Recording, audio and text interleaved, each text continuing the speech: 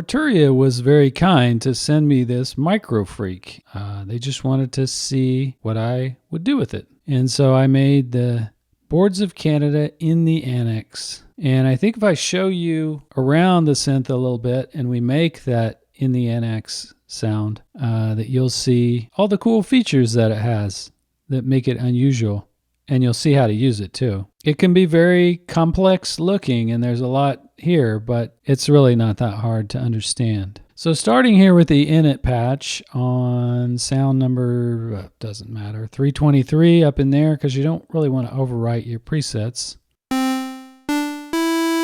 The first thing you'll notice is that you can go here to type, go to this knob, and that's where you can see that there are a bunch of different oscillator types that make different sounds. And now they've added grains, cloud grains, scan grains, and sample, and user waves. So I guess I might have to try my PPG waves.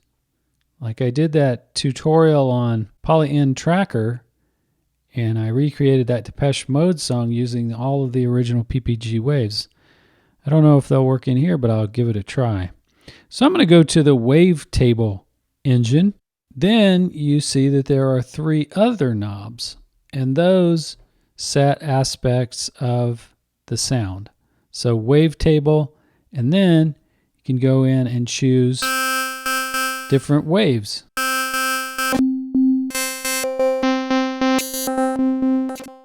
It already sounds very PPG-like. And of course it would be real easy to scan through those waves.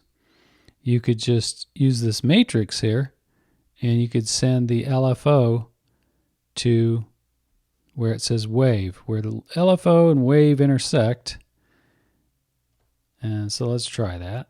So go to where LFO and wave intersect, and I'll click on it, and then I'll turn it up.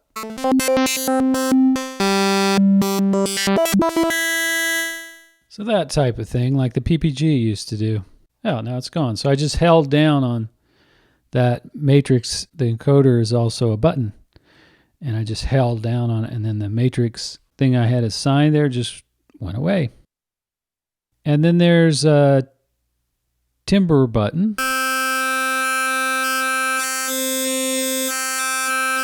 Well, it's a French word. It's timbre. And then shape. So with all those different engines, then you have these 3 other things that do various things depending on what oscillator you're using. So we are using the wavetable, just the init one that starts out like that. So the first thing we'll do is, to make it easier, instead of playing 4 notes all the time and going all around the keyboard, we can just go ahead and put it in as a 5th.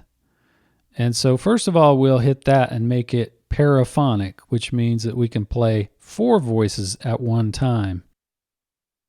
And so now I can play a 5th. But what I'm going to do is I'm going to have it be in chord mode with that, so I can just use one finger and play a 5th on both hands, and I'll be playing all 4 voices just using 2 fingers. So I'm going to hit that, hold down on that paraphonic, and then I'm going to play that 5th and let up. Then I'm going to let up on the paraphonic button, and you see it flashing, meaning that there's a chord stored. And when I store this patch, it's going to store that chord with it. So now I can do that type of thing from in the Annexe. But it sounds a little digital still because we haven't made it sound analog.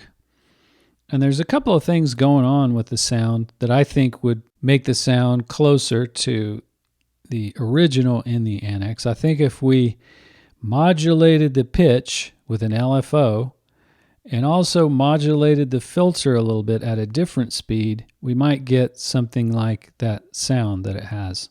I should mention about the envelope here really quickly. When you get to the init patch, that envelope will be turned on, and that's your main envelope. If that's not on, then you're just kind of gating it like this. like the old gate mode on the SH-101. Then you had the amp envelope mode. And that's what that button's like. It's just activating that envelope. Now we could use like a release to really extend that out if we wanted to.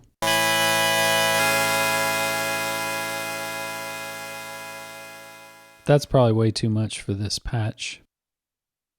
So now we've got the fifth on each finger. Now we'll add the LFO to make it sound a little more analog. We'll go here to where LFO intersects with pitch and click. And now that LFO is modulating the pitch. Now we can just turn this knob here, or this encoder here.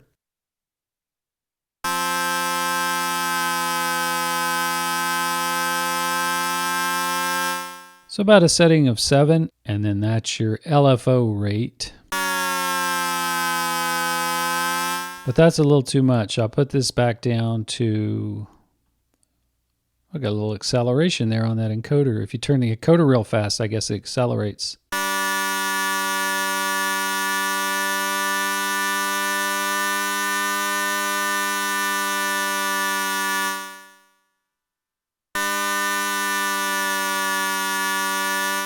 That sounds pretty good. Listen to that.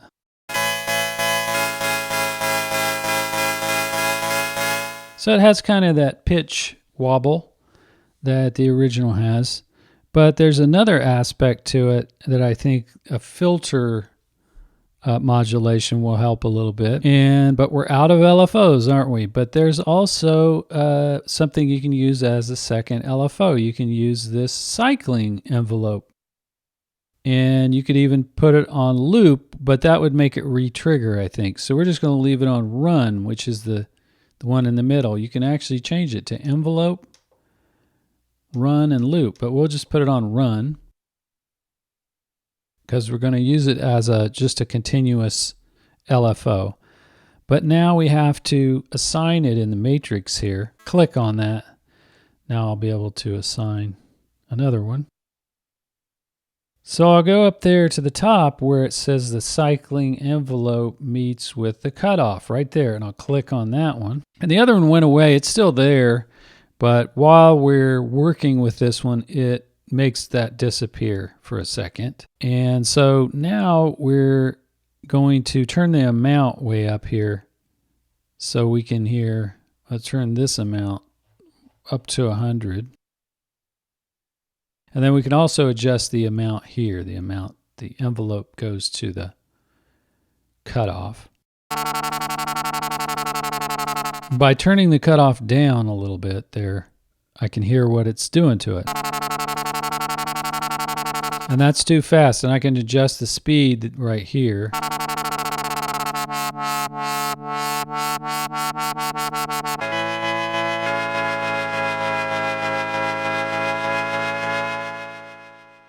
Now, this also has a sequencer in it, and so by hitting Shift and ARP/sequencer, we turn the sequencer on, and it has two separate sequences. So this is sequence A here, and this is sequence B, and when you go back and forth, it tells you in the display, sequence A loaded, sequence B loaded.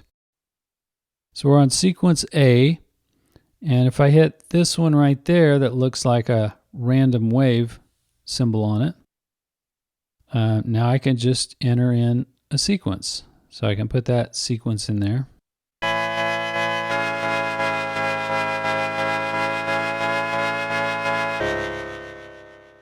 Well, now I can just hold one finger on it and do it.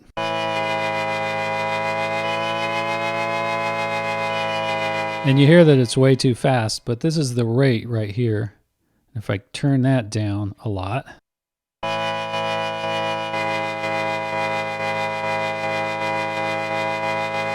but that kind of shows you how to choose an oscillator, to turn on the envelope. It's usually on anyway on the init patches.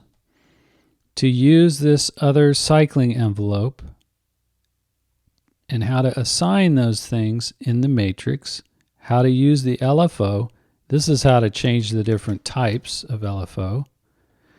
and how to use the sequencer. So I've showed you a lot of things on here. Of course, you got the glide knob there, and you've got your keyboard octaves there.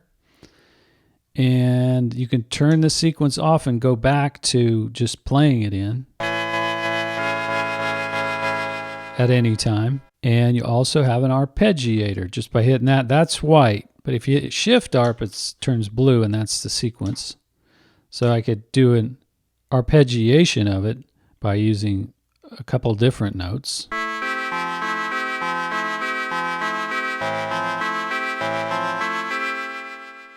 You can do different combinations of fifths together using all 4 oscillators, and maybe come up with some pitches that you weren't really thinking about.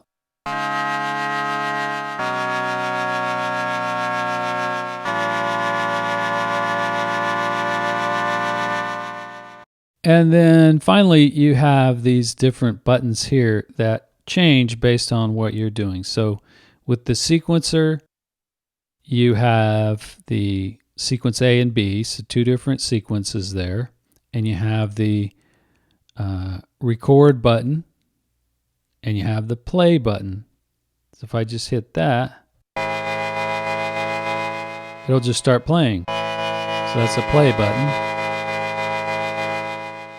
And then you have these 2 kind of random buttons here that will do some randomization. So if I hit that hot pepper, then it changes into display, and you can see spice and dice. So if I use this slider here, you look at the spice icon, if you can see it. It fills up and then unfills. So if I fill that up and then hit the dice and fill that up,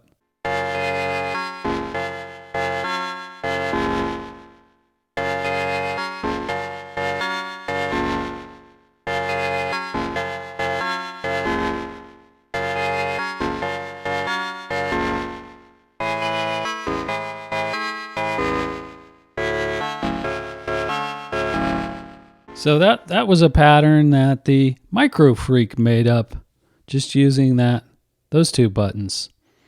So that is the basics of the synth.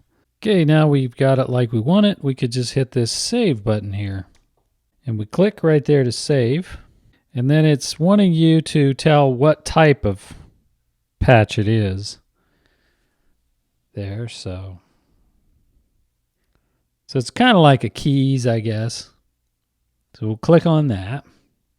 And now there's a little cursor there. Now we can name it.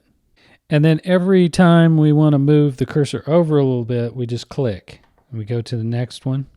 And there it's named, and we just hit save, and that's how you can make and name your patches. And so I hope that's a good introduction to the synth for you. There's a lot out there on the synth, like if you just want to hear the patches and things like that.